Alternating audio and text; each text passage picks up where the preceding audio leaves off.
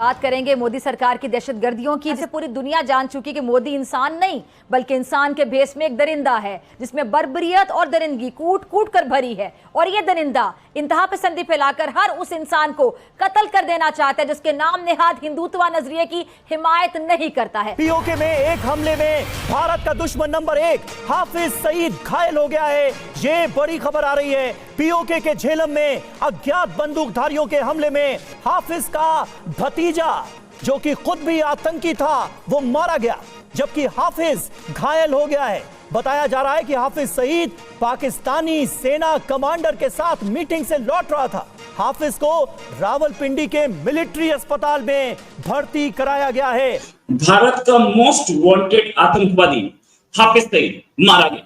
Unknown gunman ने मारा उसे, झेलम डिस्ट्रिक्ट में मारा, पाकिस्तान ऑक्युपाइड कश्मीर के। उसके साथ उसका एक भतीजा भी मारा गया है। पड़ोसियों की नाक में भी इसने दम कर रखा है। पाकिस्तान में दहशतगर्दी ये कराता है, श्रीलंका में हालात खराब करने के लिए कि पीछे इसका हाथ है। अब जरूरत किस बात की है कि आलमी ताकतें इस दरिंदे नरेंद्र मोदी को रोकें। मुफादात के नाम पर अगर इस दरिंदे को खुली छूट दी गई तो फिर वो दिन दूर नहीं है जब नरेंद्र मोदी के जो इंतहा पसंद हैं वो हर मुल्क में दहशतगर्दी की आग लगाएंगे। इंडिया के एक चैनल पे ना वो न्यूज पे आया हुआ था, उन्होंने अलग ऐलान कहा है। क्या कहते हैं कि जी इसराइल ने अपना 7 अक्टूबर का बदला ले लिया, ठीक है, अब पाकिस्तान से बदला भी लेना चाहिए 26/11 का, जो उन्होंने कहा 26/11 बम्बई अटैक का, और भी वो कहते हैं वो पुलवामा जैसे केसों का, हर चीज हम पे डाल के हमें मुजरिम कहते हैं। मेरे ख्याल में ये जंग इतनी सादी नहीं है जो हम समझ रहे हैं। ये आप जाफर एक्सप्रेस को रो रहे हैं। कल आपके जंडोला फोर्ट के ऊपर एक फुल फ्लेज एक बहुत बड़ा और हमला हुआ है, 10, 12, 15 के करीब दहशतगर्दों ने। इससे पहले बनू के ऊपर इसी तरह एक फुल फ्लेज हमला हुआ था 10-12 लोगों का। तो अब आप देख लें, स्ट्रेटेजी उनकी चेंज हो गई है। मैं आपको बता रहा हूँ कि बाकायदा सबबंदी हुई है, अफगानिस्तान के अंदर रीअलाइनमेंट हुई है तमाम दहशतगर्द ग्रुपों के। यूनाइटेड नेशंस की रिपोर्ट वैसे नहीं आई, यूनाइटेड नेशंस की रिपोर्ट अपनी जगह पे, लेकिन जो मेरे जराए हैं उसके मुताबिक हाफिज गुल बहादुर ग्रुप और जो अलकायदा और ISK है उसके दरमियान ये तमाम जोन तकसीम हुआ है। नॉर्दर्न रीजन और जो सदर्न रीजन है पाकिस्तान का, जिसमें बलूचिस्तान और साथ साथ जो है पूरा खैबर पख्तूनख्वा का जो कबायली इलाका है, उसको बाकायदा इन्होंने सबबंदी करके डिस्ट्रीब्यूट करके अब ऑर्गेनाइज्ड कार्रवाइयाँ करेंगे। अब तो आप पे हमले हो रहे हैं। और हम मैं पंजाब के अंदर, इस्लामाबाद के अंदर बहुत सी यूनिवर्सिटीज़ में जाके बहुत से नौजवानों को ये कहते हुए सुन चुका हूँ कि हम यहाँ से डिग्री मुकम्मल करने के बाद सीधा BLA में जाएंगे।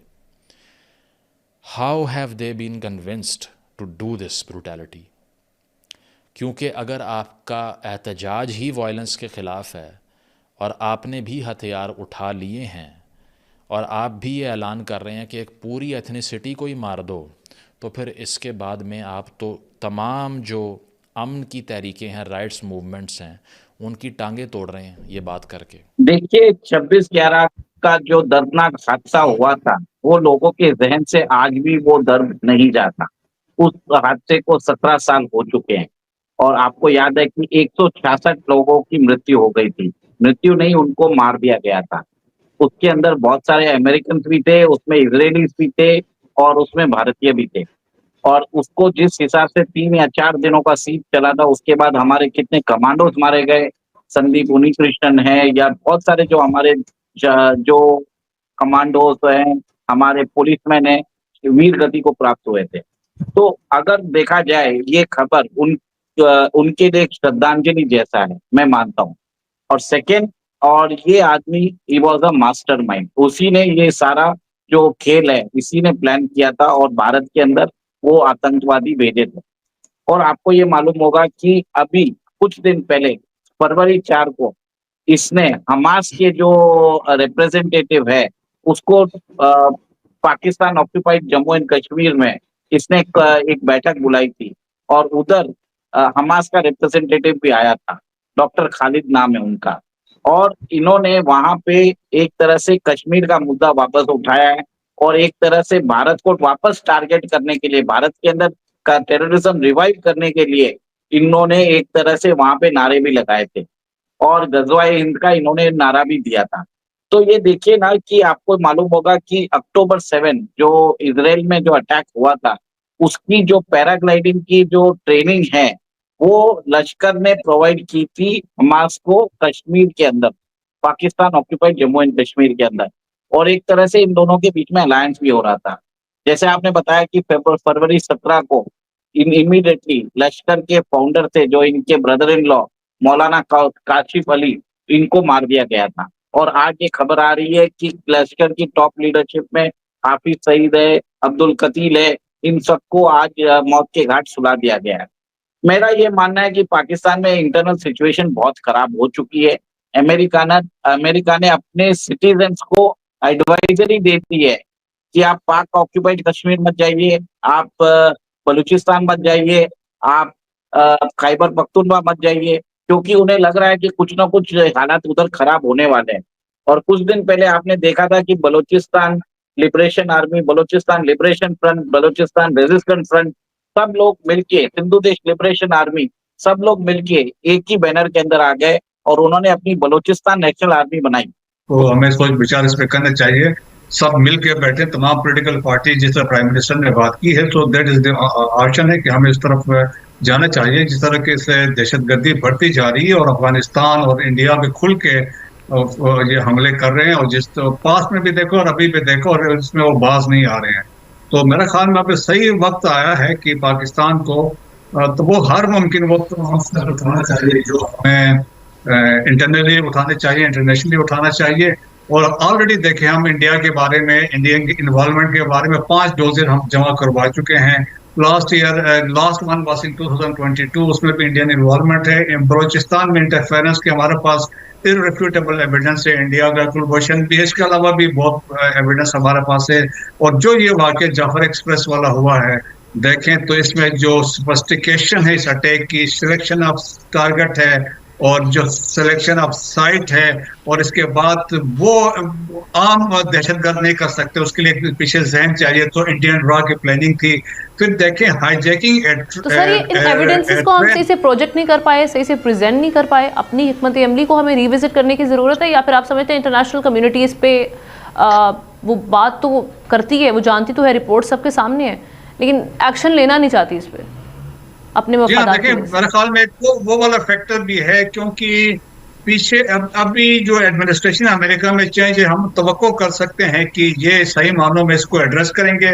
पिछले एडमिनिस्ट्रेशन देखे, इसने टोटल इन्होंने इग्नोर किया था। इवन ट्रांसनेशनल रिप्रेशन में अभी आप देखें ना, सिखों के असैसिनेशन हुई है, कनाडा में हुई, और गुरपतवंत सिंह पन्नू के अटेम्प्ट की गई थी अमेरिका में, तो केस चल रहा है, लेकिन उस पर भी उन्होंने बड़ा सीरियस लिया कि हमने उस पर एक्शन लेना है।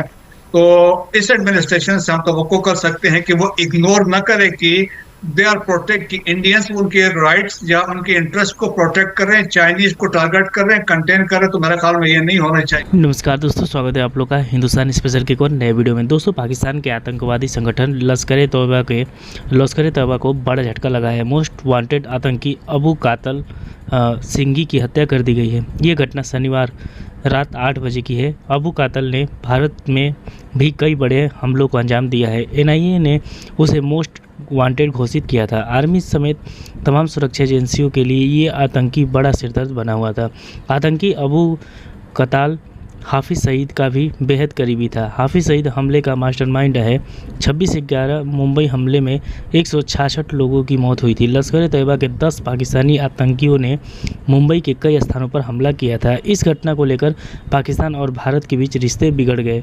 दोनों देशों के बीच युद्ध जैसे हालात पैदा हो गए। हाफिज सईद ने ही जम्मू कश्मीर पर बड़े हमले करने की जिम्मेदारी अबू को दी थी।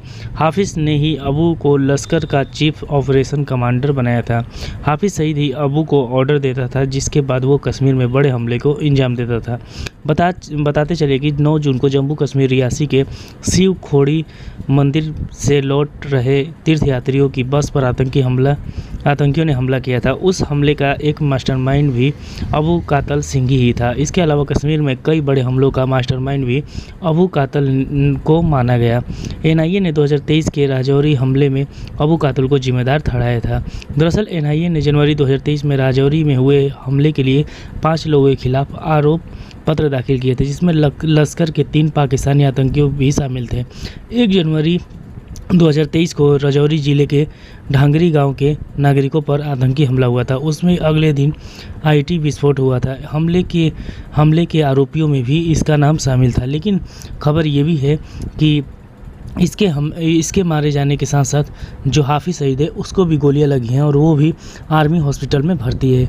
अब देखने वाली बात हुई कि इसकी हत्या की पुष्टि कितने देर में होती है, लेकिन ये खबर तो सच है कि उसको गोली लगी है। तो दोस्तों आज वीडियो में इतना ही। वीडियो को लाइक और चैनल हिंदुस्तान स्पेशल को सब्सक्राइब कर लें, क्योंकि हम अपने टेस्टिंग वीडियो लाते रहते हैं। मिलेंगे इस वीडियो से, तब तक हिंदुस्तान स्पेशल।